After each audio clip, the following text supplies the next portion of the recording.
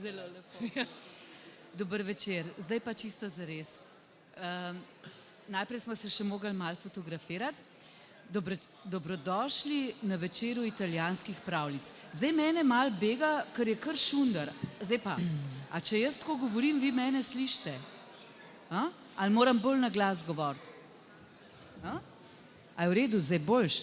V redu, jaz lahko tudi bolj na glas govorim, samo ne bi pa rada kričala, da bi vam šlo to še na živce. Skratka, lepo pozdravljeni, zelo sem vesela, da ste prišli in tudi, da ste prišli pravzaprav, da je med vami večina že odraslih. Pa ne zato, da bi imela jaz kaj proti otrokom, nasprotno zelo rada jih imam. Meni je ime Irena Matko Lukan in sem urednica za otroško leposlovje pri Mladinski knjigi. Ampak vendarle tili dve debeli knjigi, ki jih držim v rokah, so seveda namenjene tudi otrokom, ampak predvsem mladim in odraslim. In ko smo mi razmišljali o tem projektu, Italo Calvino je zelo priznan italijanski pisatelj. Pa so ga nagovorili pri založbi Einaudi, da bi vendarle naredil po vzoru bratov Grimm, ki jih mi vsi zelo dobro poznamo, eno zbirko italijanskih ljudskih pripovedi. In on je to pač najprej tako z eno malček skepso sprejel, a bo on to znal, pa vendarle se je zaprl, in je 2 leti raziskoval, iskal in prirejal ljudske pripovedi. In tako je nastala ena izjemna knjiga v letu 1956, 200 italijanskih pravljic, ki so iz celotnega področja Italije.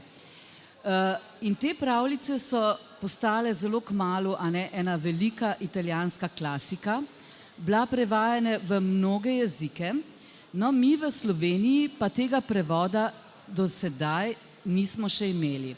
Čeprav je nekaj res, že leta v začetku 60-ih let je pod uredništvom Kristine Brenkove znotraj zbirke Zlata ptica išlo kar nekaj pravljic, ampak seveda en majhen izbor, nekaj čez 40.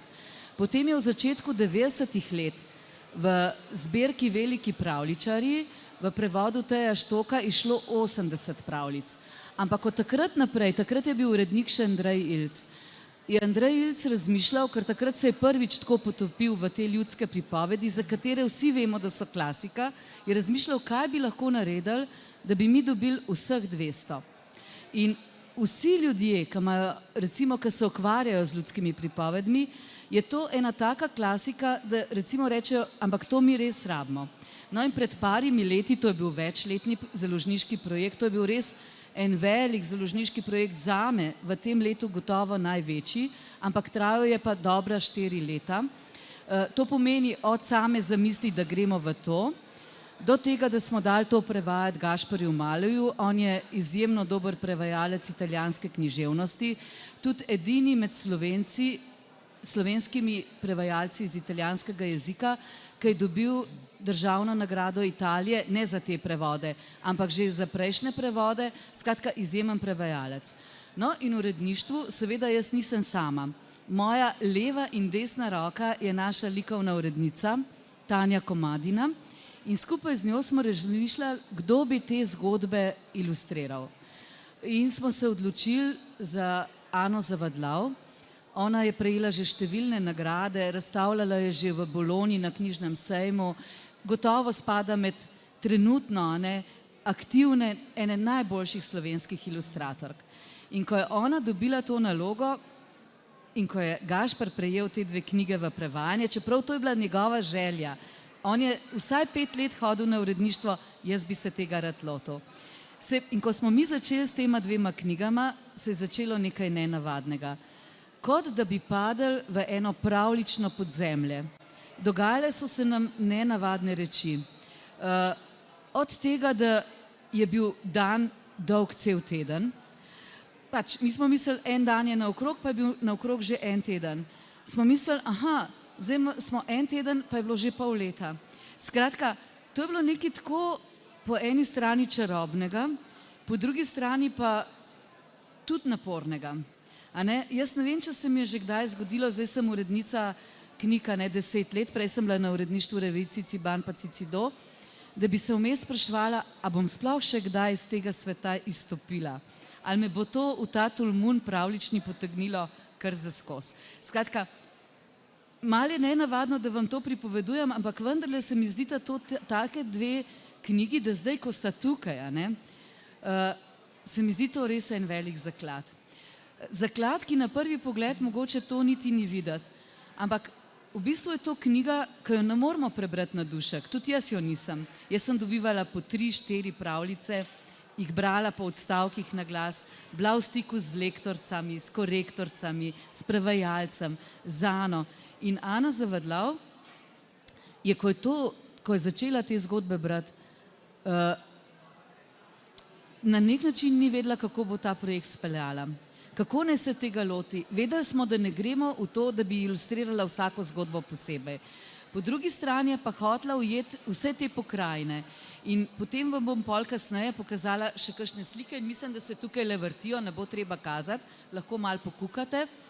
Naredila je eno izjemno delo. No, in ponavadi ob knjigah ne govorimo ne vem kako veliko o oblikovanju, ampak ko boste šli mogoče mimo naše stojnice, odprite te knjige pa jih poglejte, ker to je res neizmerno lepo oblikovano. Že takole, recimo, lejte, tole vam lepo kažem, že na zadnji strani se zgledata moški in ženska. In če jih damo takole skupaj, se združijo v eno celoto. S tem smo hoteli povedati, da te dve knjigi sta pravzaprav celota.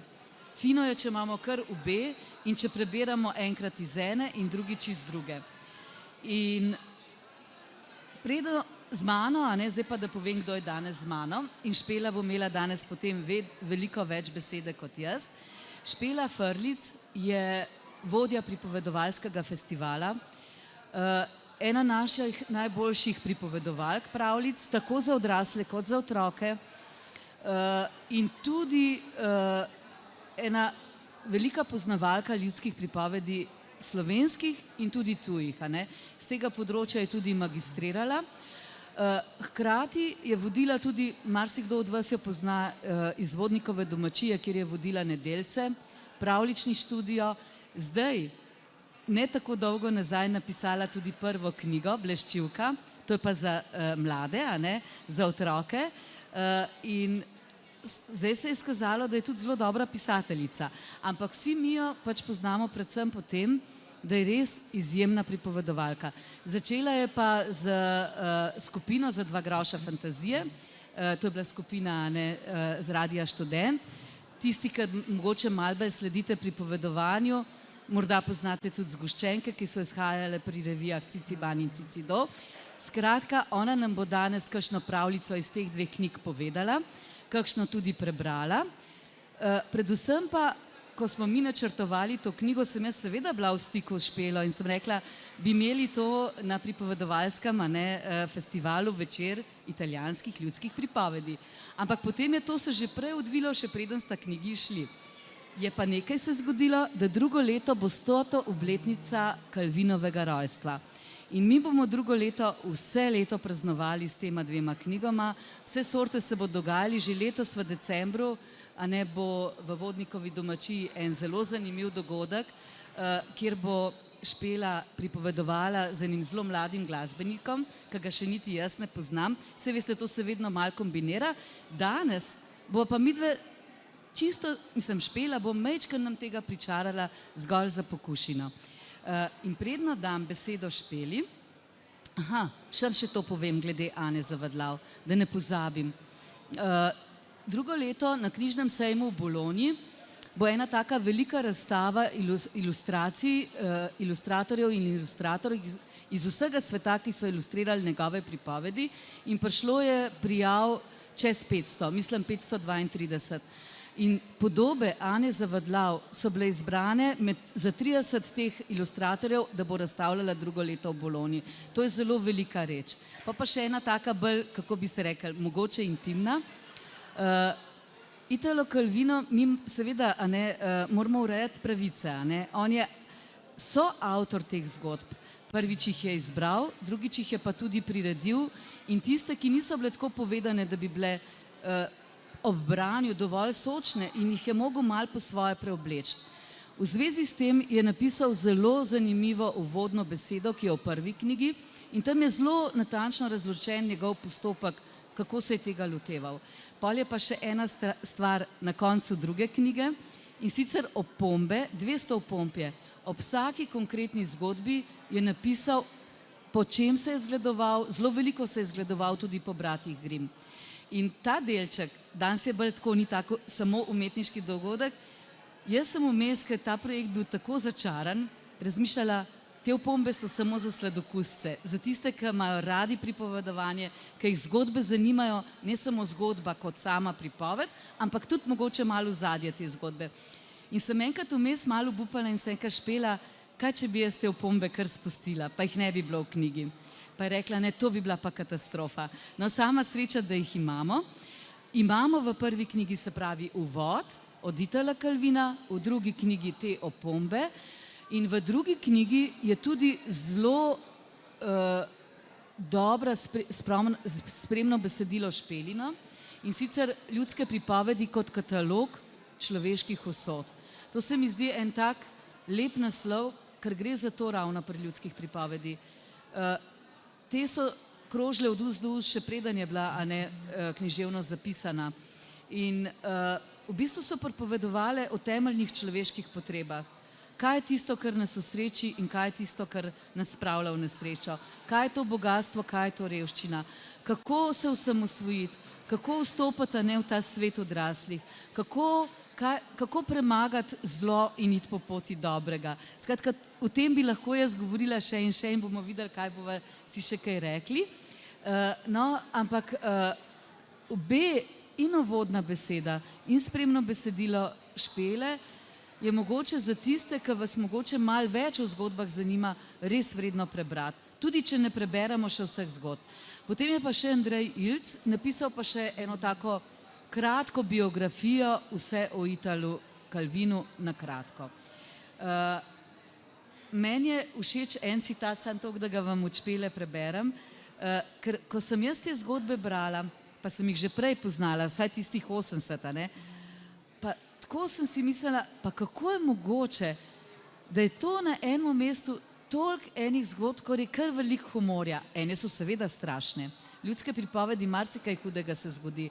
Ampak tlej pa res toliko enega humorja in kar me je pa najbolj razveselilo, da v marsikateri zgodbi so ženske te glavne. Ko iščeš ljudske pripovedi take, kjer so ženske močne, kjer imajo močno besedo, jih težko najdeš. Tle je kar nekaj takih, in to me je strašno, to mi je tako res veselje.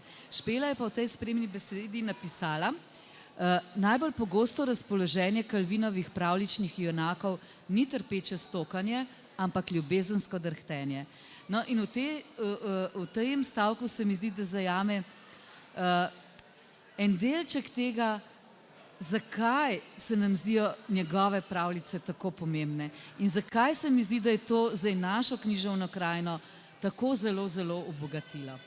Tako, mislim, da Špela se bova še pol lahko kaj vrnile, a bi ti še kaj dodala ali bova začeli kar s pravljicami? Glede na to, da imamo samo odraslo publiko, mogoče lahko hočem reči, lahko... Špela, jaz tebe slabo slišim, a vi njo slišite? A me slišite? Ne slišite. Kaj pa zdaj? Če se prelepim na mikrofon. Mogoče sem to, jaz imam na sumu Calvina, da je to, da so ženske v teh zgodbah močne, ravno toliko njegovo maslo, kot maslo pravljic sicer. Mislim, da so Calvinove pravljice edine pravljice, v katerih deklica volku reče bizgec. To sem ravno danes brala. Preden začnem. Samo to, ker mene je presunilo, da je bil Calvino star 32 let, ko se je tega lotil. Zaprav mlad človek. In ga je to, da se je ukvarjal s pravljicami 2 leti, kot je rekla Irena, zaznamovalo za celo življenje, ne samo zasebno, tudi kot avtor. To, kar poznate, kar ste brali, Nevidna mesta, Grad prekrižanih usod. V marsičem se odslikava to, da je bil res odličen poznavalec pravljic in da je redkost, se mi zdi v svetovnem merilu, da se pravljic loti nekdo, ki je teoretično izredno podkovan in ki je odličen pisatelj, ker kar nastane iz tega, je potem pač umetnina, kot je to. Ne, to se mi zdi, ja. Hvala, Špela. Zdaj pa mogoče predno začne s pravljicami. Res, ker to bi bilo pa škoda, da te ne bi dobro slišali. Če boš težko knjigo držala, jo bom jaz držala. A ne, ker kakšne bo tudi brala. A se jo slišali zdaj? Zdaj Okej, ste pa me povej. dobro slišali. Ker Če to ne bi bila pa- pa škoda njo ne slišati. Če ne pa dvignete roko in bom takoj razumela, da je to skriven znak. Glede na to, da so včasih kakšni pripovedovalci seveda pripovedovali tudi na sejmih, sploh v srednjem veku in nikoli ni bilo tišine, mislim, da moramo vsi skupaj tudi to, da nam brni in gremo v pravljico. Mogoče pa res tako, da vam kakšno povem, kakšno pa preberem, prav? 200 pravljic je veliko. To pomeni, da si lahko vzamete celo leto za izziv in vsak večer preberete eno otrokom, samemu sebi ali partnerju in se boste skupaj smejali, kar je res zabavno, neverjeten humor v jeziku in v dogajanjih v teh pravljicah. Eno tako butenglavsko vam lahko povem za začetek. Žanr butenglavskih, to so tiste pravljice, ki imajo, no se boste videli. Gre zgodba tako, da sta bila mož in žena. Če ni na začetku kralj, sta pa mož in žena. In sta imela hči in je ta odrasla in sta sklenila, da jo bosta poročila in sta tudi našla ženina, ali pa si ga je našla sama, to ne vem. V glavnem bila je poroka, svadba. In so postavili tako dolgo mizo, svati na obeh straneh, ženi nevesta v beli obleki, mož, žena, vsi so bili veseli, pili so, jedli, se veselili. Ko je naenkrat zmanjkalo vina. In je rekel oče nevesti, naj gre po vino v klet. In nevesta je ostala, ubogala očeta, vzela steklenico in šla v klet. In tam si odpre sod, vino počasi teče in je imela veliko časa končno v tem dnevu poroke, da malo razmisli. In je razmišljala in si je rekla, danes sem se poročila, čez 9 mesecev bom rodila sina. Lep bo in zdrav in dala mu bom ime Čiko še neki, Petrinjo. In Čiko Petriljo bo zrasel v močnega, mladega, postavnega fanta. In kaj, če bo on šel kot mlad, močen, zdrav fant, nekoč po cesti, pa ga bo zasul plaz ali pa mu bo kamen padel na glavo in bo umrl moj ubogi sin. In ta misel jo je tako razžalostila tam v tisti kleti, da je začela jokati in je točila solze in se ni več menila za vino. In vino je teklo mimo in solze so teklo mimo in svatje so čakali. Žejni čakajo, neveste z vinom od nikoder. Pa reče mož ženi, da je pet pogled, kaj z njo, da se ni kaj zgodil. In gre žena, torej mama, dol v klet. Najde svojo hči v poročni obleki, vino je že teklo po obleki, vino teče naokrog, ona pa joka, solze dol. In je rekla, pa kaj se ti je zgodilo, kaj je narobe? In je povedala hči, da se bo čez 9 mesecev rodil sin, zdrav, lep, da bo odrastel v krasnega, pametnega, lepo vzgojenega, izobraženega sina. Ime mu bo Čiko Petrinjo. In ta mladi, lep, postaven, odličen sin bo šel po cesti in kaj, če mu pade na glavo kamen, kaj, če ga zasuje plaz, kaj, če se mu kaj zgodi in nesrečnež umre. O, moj ubogi sin, je rekla. In mama je pomislila, zagotovo bi bil tudi odličen vnuk, če bo dober sin. In je začela jokati še ona. O, moj vnuk, je rekla, taka nesreča. In sta jokali obe. Hči in mama, solze so tekle, vino je teklo mimo steklenice, svat je gor pa žejni. In čakajo, in čakajo. Vino od nikoder, nevesta od nikoder, žena od nikoder. Pa je šel oče sam pogledat. Pride dol, vidi obe, vino do gležnjev, obe objokani, reče, kaj narobe, kaj se je zgodilo, ne morem verjeti. In one dve, tokrat je spregovorila mama in rekla, si predstavljaš, najina hči nama bo rodila vnuka, lepega, zdravega, močnega, krepkega, dala mu bo ime Čiko Petriljo. In bo odrastel v krasnega, mladega fanta, lepo vzgojenega, izobraženega, dobrega po srcu, dober vnuk bo, skrbel bo za naju, ko bo ostarela. In da nama gre ta vnuk po cesti, že odrasel moški, in pade na njega skala ali pa ga zasuje plaz in bo umrl. Kakšna nesreča. In mož je lepo začel točiti solže še sam. Vsi trije so stali tam, vino je teklo, oni so jokali, stokali in jokali. Tam gor pa svatje, že izredno žejni. In je rekel ženin, čeprav zaposlen, da bo šel sam pogledat, kaj se dogaja, kam so zginili vsi trije.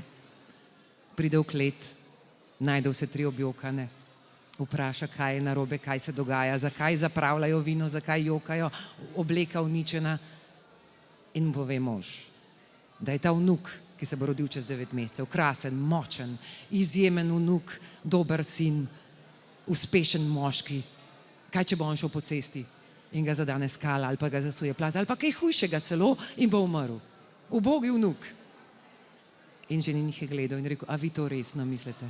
A se vi zafrkavate z mano? In on, ja, resno, si predstavljaš, strašna nesreča. In jih je gledal nekaj časa in si rekel, vi ste še bolj čez les, kot sem si mislil. Neverjetno.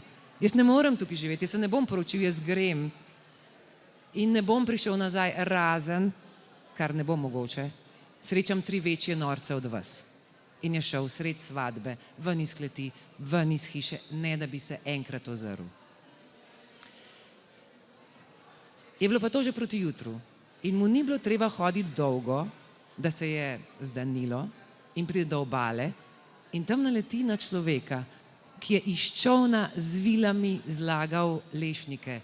In jasno ni šlo, lešniki so mu povzeli tam vmes med špranjami. In rekel, o, dobri mož, kaj počneš?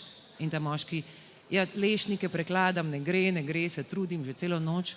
Pa je rekel ta ženin, a pa si pomislil, da bi poskusil z lopato? In on, z lopato, kakšna odlična ideja, hvala mladenič. In tale mladenič ženin ti rekel samo, no, pa je eden. In je šel naprej in hodi. In pride do človeka, ki je imel vole in jim je takole iz vedra žličko vodo dajal, da bi se odžejali in voli pijejo in se ne odžejo in je že ves utrujen. In rekel, ne morem verjeti, že cel dan se trudim. Ne odžejo se ti voli, nimajo dovolj vode. Pa je rekel mladenič ženin, a ne bi ti volom gobec v vodo porinil, pa bojo sami pili. In je rekel mož, kakšna odlična ideja, nikoli se ne bi sam tega spomnil.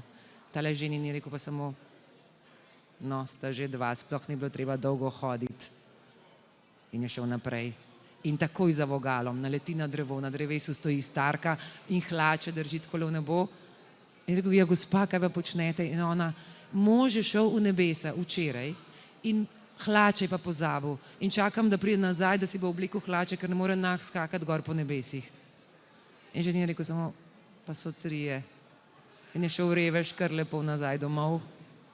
In potem sta baje kar v redu živela, ženin in nevesta, ker kot pravi Calvino, vedno lahko prideš iz dežja pod kap. Tako se ne rabite To je ta pravljica, najdete jo, ne vem pod katero številko. Malenkost drugačno, kot sem jo zdaj povedala. Ker je Calvino zagovarjal in s čimer tudi sledi Grimmom in tudi številni drugi pripovedovalci in avtorji seveda ves čas ponavljamo isto, da je veselje pripovedovalca v tem, da zgodbo pove s svojimi besedami. In Calvino si je tukaj vzel svobodo in je zagotovo zgodbe izboljšal. Tiste, ki so bile pa popolne že same po sebi, je pa ohranil take, kot so. Zdaj pa vi meni povejte, a vam povem še kakšno butonglavsko, ali vam preberem kakšno? Dobro. Stvar je v tem, da mi v resnici veliko pravljic že poznamo. Ker smo brali Grimmove, ker smo brali Afanasjeve, ker jih srečamo tudi v risankah in povsod. Tako da ne gre za to, da boste našli popolnoma neznane motive, ko se boste lotili teh knjig. Ampak tudi, če motive že poznate, boste pa našli priredbe, izvedbe, ki so presenetljive. Tudi meni pa v resnici, zato ker se s tem ukvarjam, ogromno nekih pravljic poznam in sem jih brala, vsakič, v vsaki zgodbi je kakšen presenetljiv obrat, ki je bil tudi zame nov. In tudi zato je to krasno brati. Recimo, tole je ena zgodba, katere motiv boste takoj prepoznali. Živijo novi poslušalci, celo zate je še zelo taka primerna. Bilo je tako, da je živela mama in je imela 3 hčere. sama jih je vzgajala. In potem se je zgodilo, da je zbolela in tik preden bi umrla. Je rekla, drage moje hčere, jaz bom spustila dušo. Ampak imate strice, če jih boste prosile, vam bojo pomagale in vam bojo pomagali in vam bodo zgradili hiše. Tako da rade se imejte med sabo, pazite nase in boste lepo živele. To je rekla mama in je res spustila dušo. Hčerke, 3 sestre so pa šle po svetu, da bi se znašla zdaj vsaka po svoje. In grejo in naletijo na prvega strica. Stricov so imele kar veliko. Prvi stric je pletel rogoznice. To veste, to so take preproge, ne? Iz rogoznice, ne? Tako spletene. Plete on rogoznice in je rekla najstarejša, stric, a bi vi meni iz teh, kar pletete, spletli hišo? In on je rekel prav in je napletel hišo, naštrikal je hišo v resnici in najstarejša hči je ostala v tisti hiši. Drugi 2 sta šli pa naprej. In hodite in pridete do strica, ki je bil tesar in teše tam les in reče druga sestra, stric, a bi bili tako dobro, da bi meni stesali hišo iz lesa? In rekel, bom stesal in je stesal zelo na hitro enem dnevu krasno hišo in je druga sestra ostala v tej hiši, tretja je šla pa sama naprej. In hodi in pride do tretjega strica, ki je bil kovač. In je rekla, stric, bi mi skovali eno hišo iz železa. In je rekel, pa bom. In je skoval hišo tako lepo železno in ta tretja sestra se je naselila v tretjo hišo. Zdaj že veste, katero pravljico pripovedujem? Ja? Ne, boste videli naprej. In tako so sestre lepo živele in že prvega večera pride do prve sestre volk in potrka na vrata. In ko sem svojemu otroku pripovedovala, da je takole pobutal po vrata in je rekel, živijo pred vrati mali piščanček, ves sem moker in prepihan, perje imam scufano, spusti me noter, me je otrok opomnil, da ne moreš trkati po vrati, če bi bil volk malo bolj pameten, bi takole potrkal. Piščanec tudi nima 1,5 metra. V glavnem, sestra tam noter se je oglasila in je rekla, veš kaj, volk, po glasu te prepoznam, nisi noben piščanec, volk si in ne bom te spustila noter, ker me boš požrl. A zdaj že veš, o kateri pravljici pripovedujem. In volk je rekel, ja pa jade. In se je zaletel noter in je podrl na pol hišo, skočil na sestro in je požrl v enem grižljaju. In potem je šel lepo sit nazaj v gozd.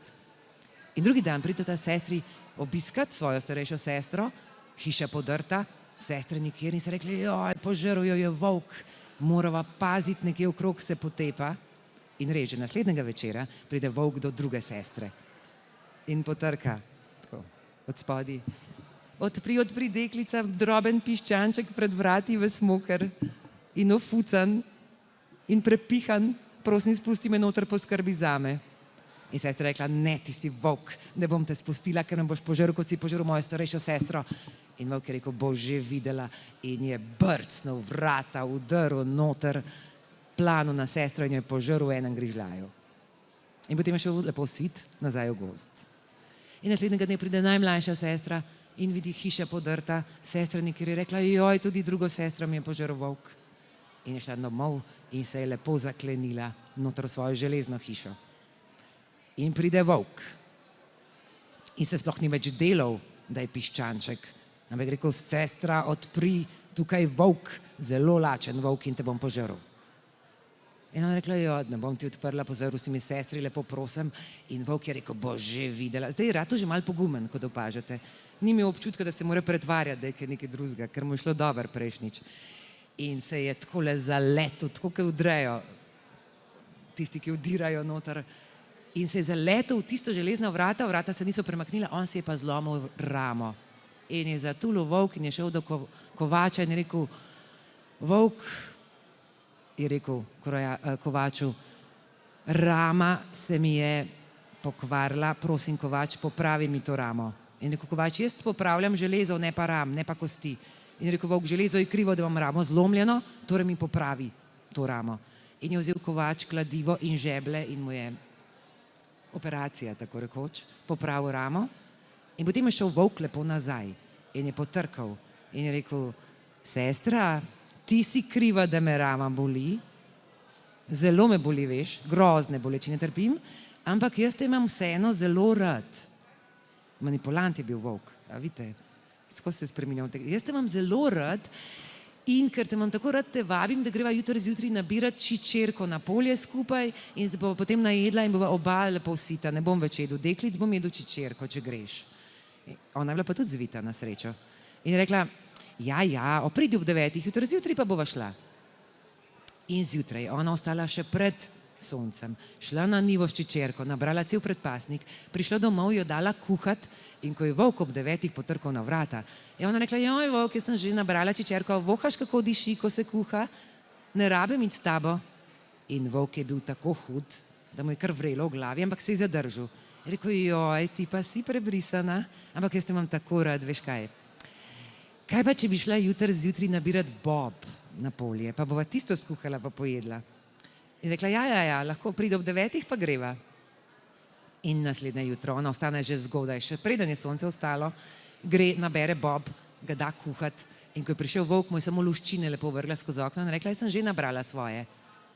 In volk se je res že zelo težko zadrževal, ampak se je vseeno rekel, zdaj pa boš zdržal. In je rekel, no pa si res, kako naj rečem, večkrat me takole vržeš na finto, ampak moja ljubezen do tebe je tako velika, da bom poskusil še tretjič. Če bi šla jutri nabirati buče, tam je njiva buč, velika, polna buč, to pobereva, spečeva, kakšno dobro kosilo bo to za oba. In je rekla ona, seveda, buče imam tudi jaz zelo rada, volk. In tako sta se zmenila.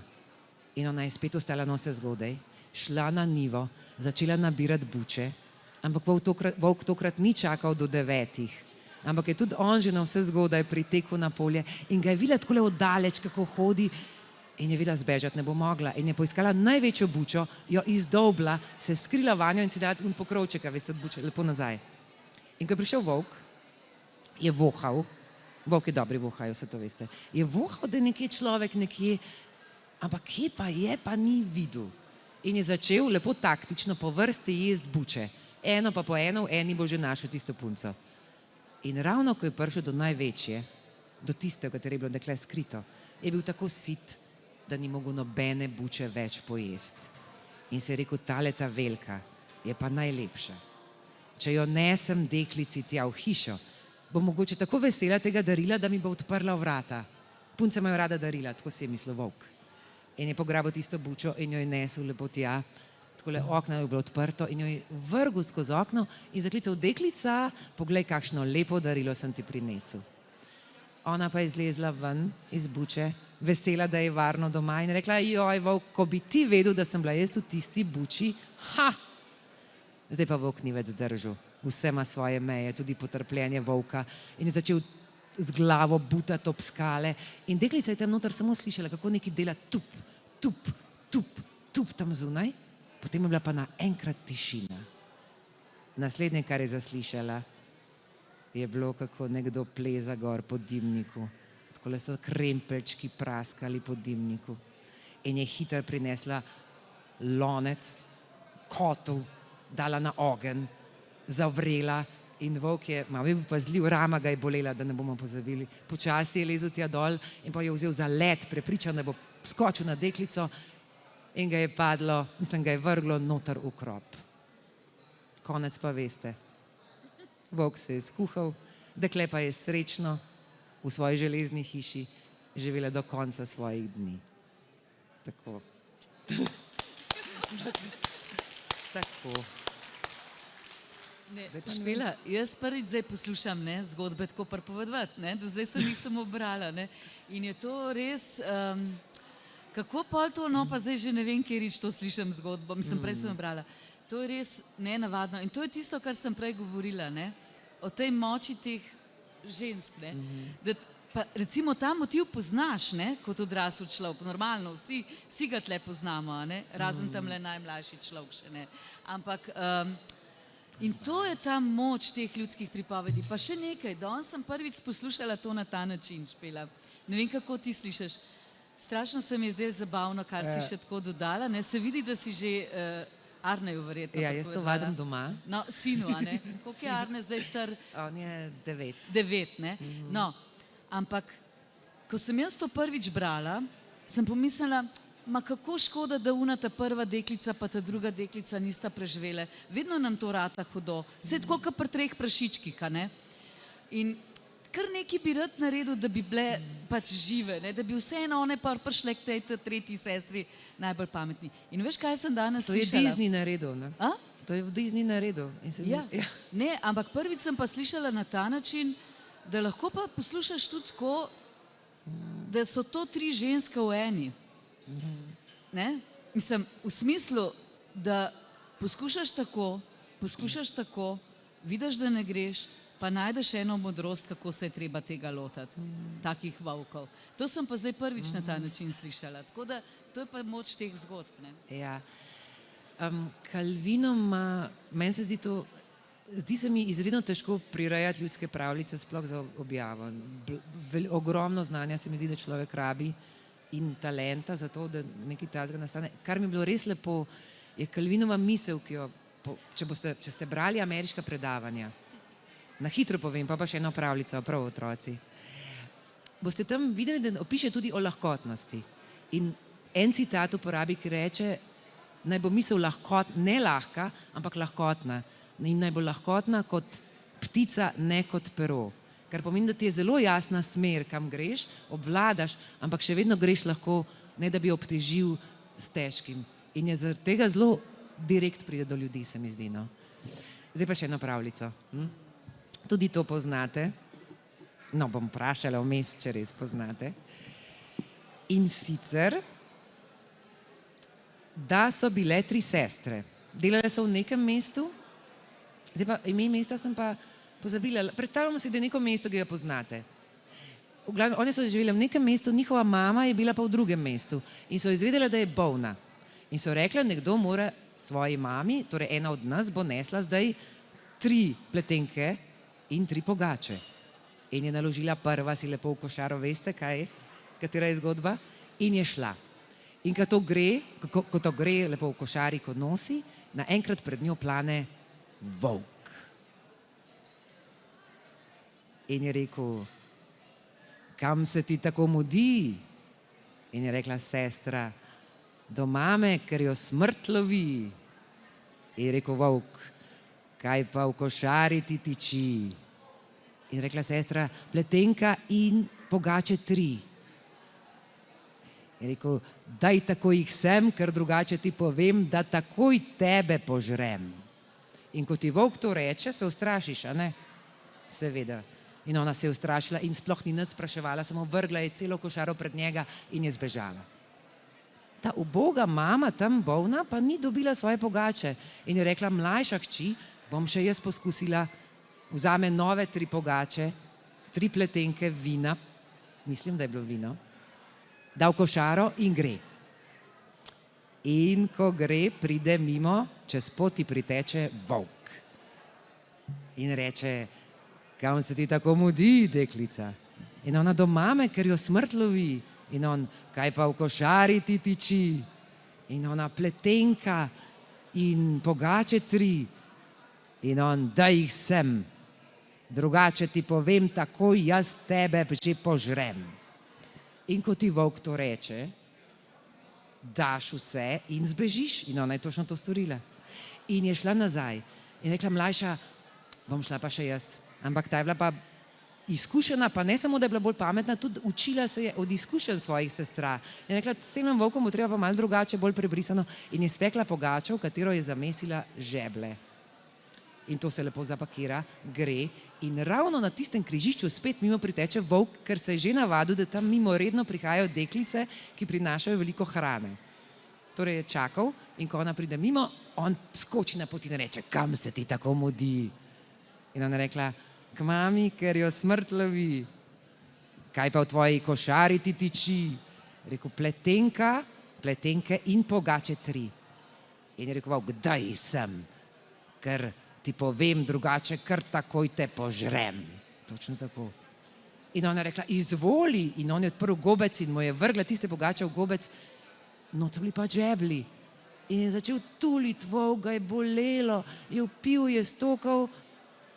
In potem se je zavlekel v grmovje, razmislil in je stekel hitro, naokrog, po bližnicah, ki jih volki poznajo tam po gozdu, prišel do mame, planil v hišo, požrl mamo in zlezel v poslo.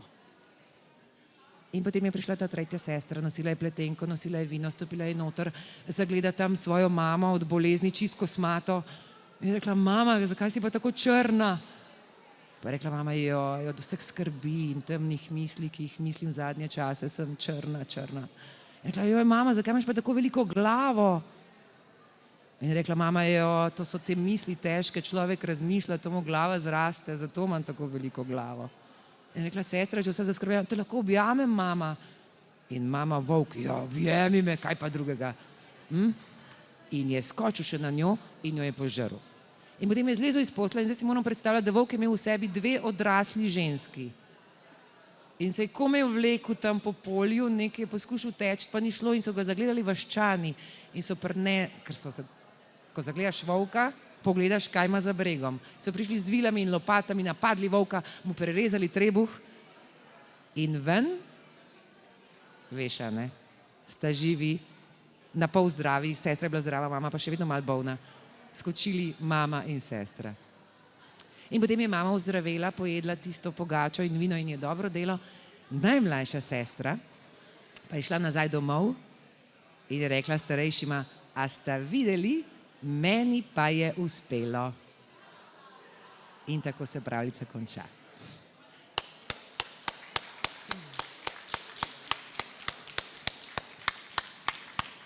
Zdaj pa kaj je boljša, ta rdeča kapica, ki ni čisto rdeča kapica, ali tista, ki jo poznate iz Grimov? Za katero varianto bi navijali? Meni je všeč ta, zato ker si ta sestrica, tudi če je dobila pomoč vaščanov, vsem samozavestno reče, uspelo mi je, prišla sem živa in zdrava in premagala sem volka. Se malo pohval. Ne, ta je prav dobrodošla, ne? Pol pa rajši to pripoveduješ ali pa bereš. Jaz bi zdaj na tem mestu se najprej rada zahvalila vam, ker ste prišli. Jaz sama sem pravzaprav Špela tako uživala ob teh pripovedih, da sem kar nekam me kar, ne vem, prebudila ali ne vem kaj. Prav ena taka slast. Da si rečeš, ni čuden, ne, da je to tako fajn, ne, take knjige imeti, ne. 16. decembra te iste pravljice pripovedujeva z Davidom Nikom Lipovcem, ki je bobnar. Na Vodniku domačiji. Če vas zanima, vas povabim, zato ker je lažje poslušati in si lahko privoščimo razkošje dolgih pravljic. Pa večja tišina bo. Pa večja tišina. Tako da, Špela, jaz se seveda najprej vam, potem se seveda smo lahko srečni, da imamo Itala Calvina, da smo imeli prevajalca Gašparja Maleja, ki je to odlično prevedel, da ne govorimo o ilustracijah, ker se lahko vanje potopimo in seveda tebi, Špela, da si nam to je zdaj prvič pripovedovanje delih pravljic, ne. Tako da res se vidimo verjetno v Vodnikovi. Hvala lepa. Hvala.